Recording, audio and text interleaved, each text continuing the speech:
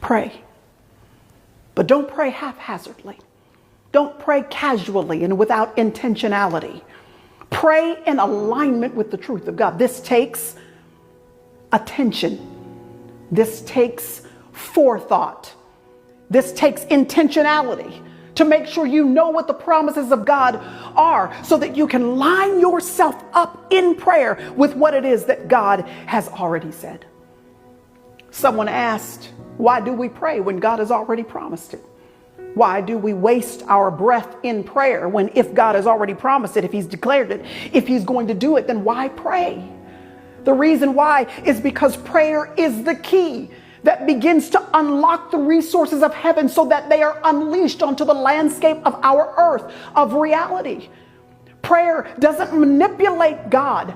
It just gives us access to the things that God already plans to do for us anyway. Prayer is this beautiful opportunity that he gives us to be a partner with him in seeing his kingdom come and his will being done on earth as it is in heaven.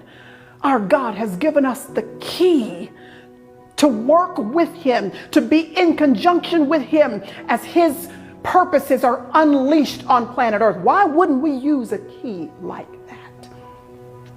So when we see and hear and understand God's promises, it shouldn't dull our prayer life and make us lazy in prayer. Instead, it should ignite our prayer lives with an extra measure of confidence and assurance that we would otherwise lack.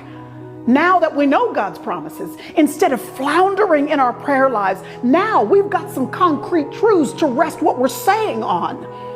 God's promises then become a roadmap for us, a track to follow, so that our prayers are actually rooted in something specific.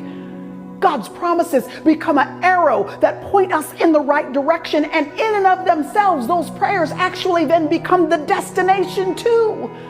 You don't have to know the details of how everything is going to work out, but you can base every single prayer directly on the promises of God, because he is not a man that he should lie.